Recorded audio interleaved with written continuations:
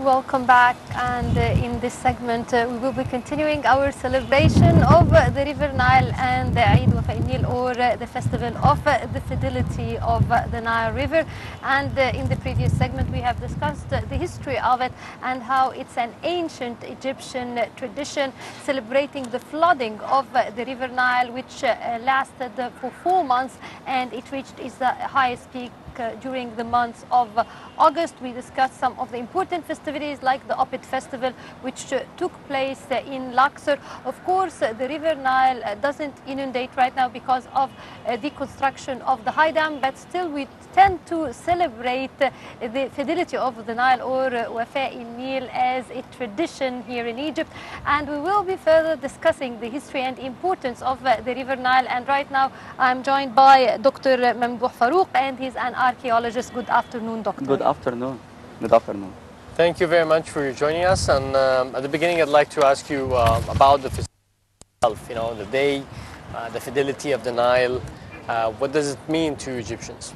First of all, it's an honor to me to be with you today in very important festival in ancient Egypt, the reality of the River Nile. River Nile, as Herodot said, is a gift of Egypt, or Egypt is a gift of the River Nile.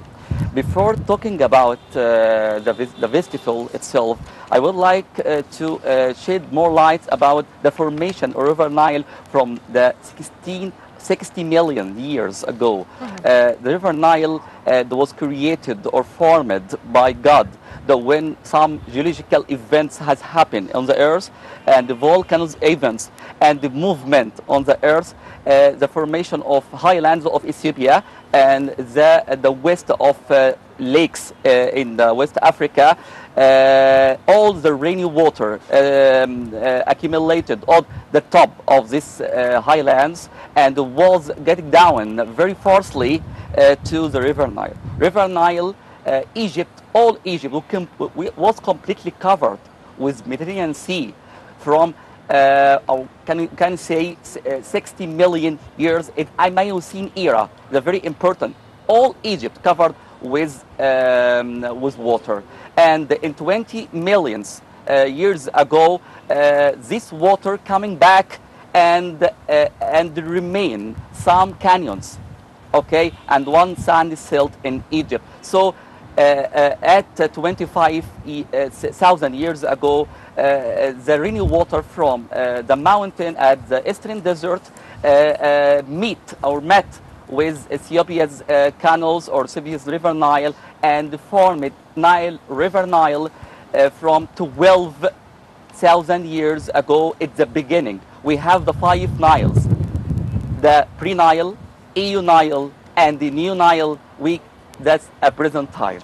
Now, it's interesting, and also it's worth mentioning that the River Nile is one of the uniquest Niles because it flows from the south to the north, that the Europeans and the Greeks called it the reversed River Nile, and that it used to be 7 branches, not 2 as it is. Yes. So would you tell us more about that, please? Yes, I told you that when the sea or the water governing Egypt and the recess back are coming back to the Mediterranean Sea, there remain it's left some sandy, some canyons, delta, those more deltas. There were 7 branches extended in different areas in Egypt.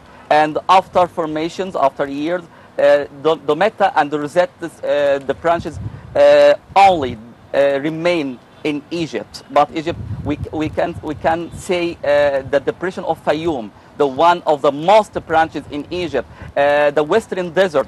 You know that the primeval man in Egypt was living in the Western Desert, living on water from springs and swamps.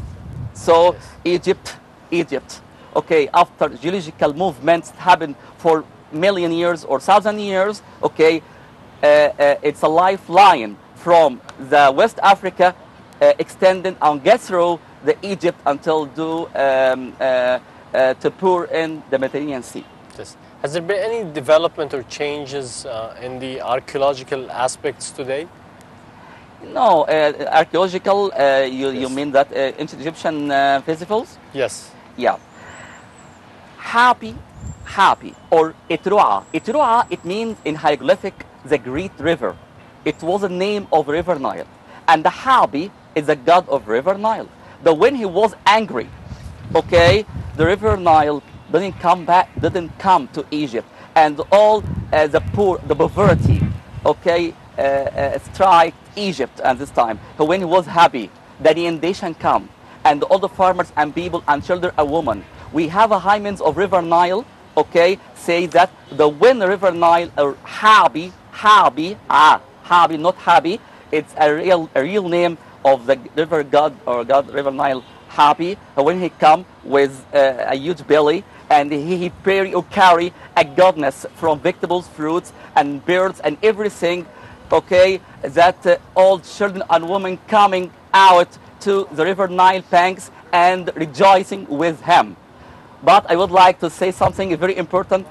Plutarch, or Greek historian Plutarch, say that Egyptians throw the pride in the Nile to obey or to be happy or satisfied with Egyptian people. It's not real.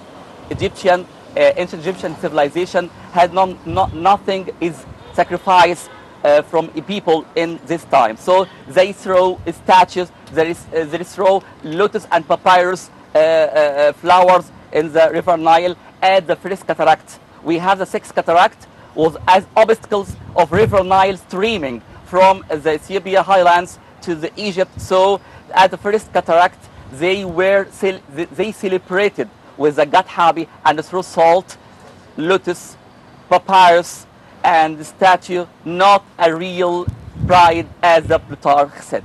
Now, how did the River Nile affect the Egyptian civilization in terms of its religious beliefs and rituals? That's a very important question.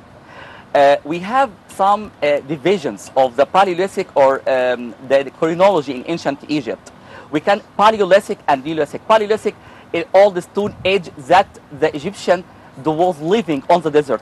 So when the rainy water, a lake, or decreased, okay, all the Egyptians went down to river, and at 12,000 years ago, the River Nile level rose again to form a real lifeline in Egypt. So they discovered a Neolithic, a new kinds of activity: agriculture, animal breeding, basket industry, and the pottery making. These are the events or the very activities that known in this period when they discovered the mud and the clay of the River Nile, when they collected and accumulating together on the river bank to create a new communities that were reacting with each other.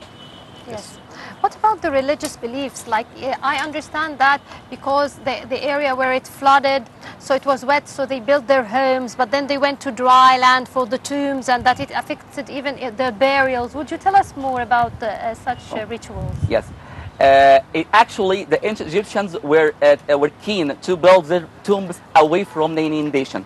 And inundation came, okay, all the farmers and the workers, they were interested in the building pyramids.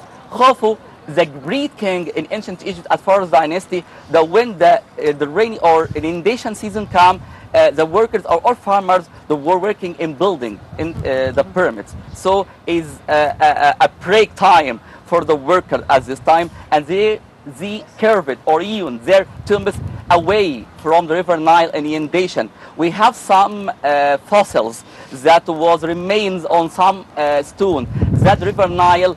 I will tell you some very important things that Nazir Seman at the pyramid area, the house of Nazir Seman, this place was covering and was the one of the branch of River Nile coming to at the valley of the temple in the Giza plateau. Yes, indeed, and actually the River Nile affected the life of the Egyptians in every way, and it was not really, as Herodotus said, that Egypt was the gift of the Nile. Egypt was the gift of its people who tamed the River Nile. I'd like to thank you very much, Dr. Mamdouh Farouk, archaeologist. And now, ladies and gentlemen, it's time for our artistic segment. Happy and honored to have with us today the celebre composer and musician Hani Shnouda, and we'll be with him after the break.